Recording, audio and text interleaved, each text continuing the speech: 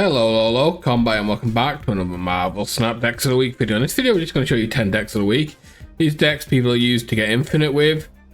So I thought I'd show them. I tried to get a wide range of different types of decks. Some are interesting. So first up, we got an on reveal deck, which is pretty nice, right? You've got the Wong, White Tiger, Ironheart, Sage, and all this kind of stuff that still does work. Cassandra's in here to deal with Araship, and you've got Ravonna, and she's a low cost, so her 2 cost Cassandra is fantastic. You can Wong that stuff and win that lane. Next up, we have a Sandman deck.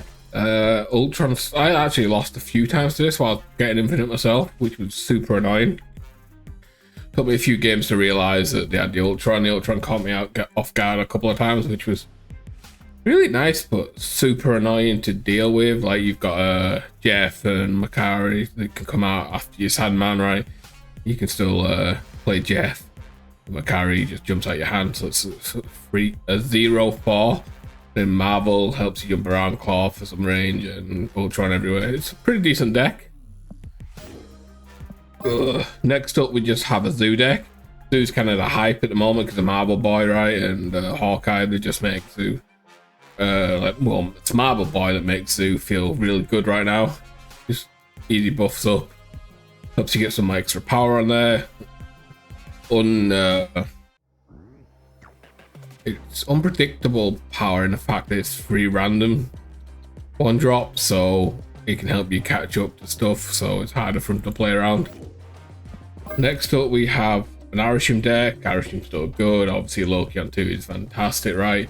You get rid of all the crap in your deck. You lower the damage output for Hawk and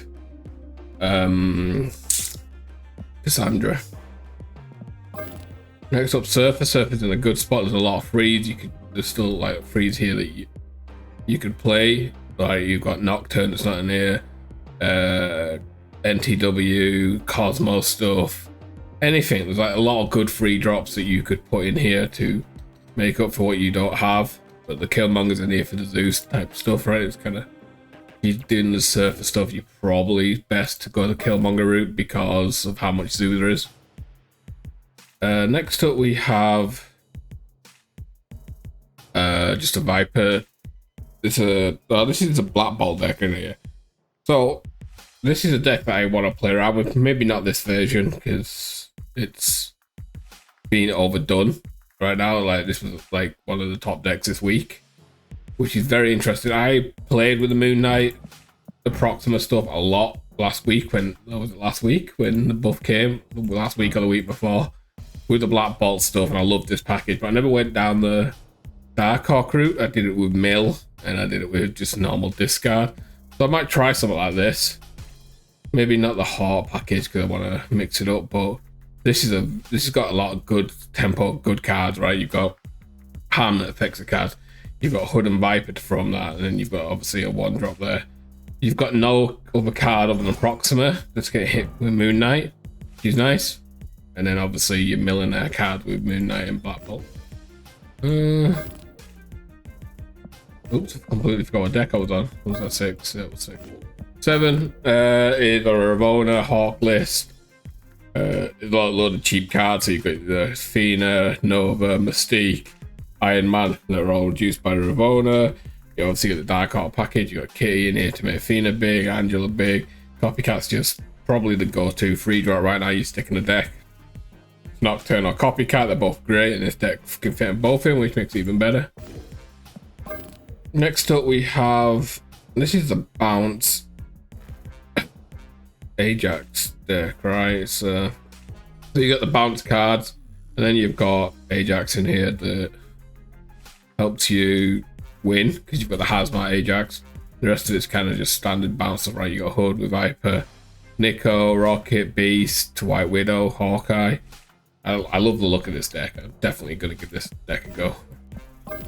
Next up was a bit of a move. This is a move Loki deck, right? I don't even know if you'd call it move, right? For some reason I thought this was Captain Marvel. This is just a Loki deck, right? It's a tempo Loki deck. So you get your Athena, Angela, Kitty with Hawkeye, with Kate, right now, and then you've got Jeff, so you got a lot of 2s, and you've got the Freeze and Cassandra, Hope, and Copycat with Nocturne.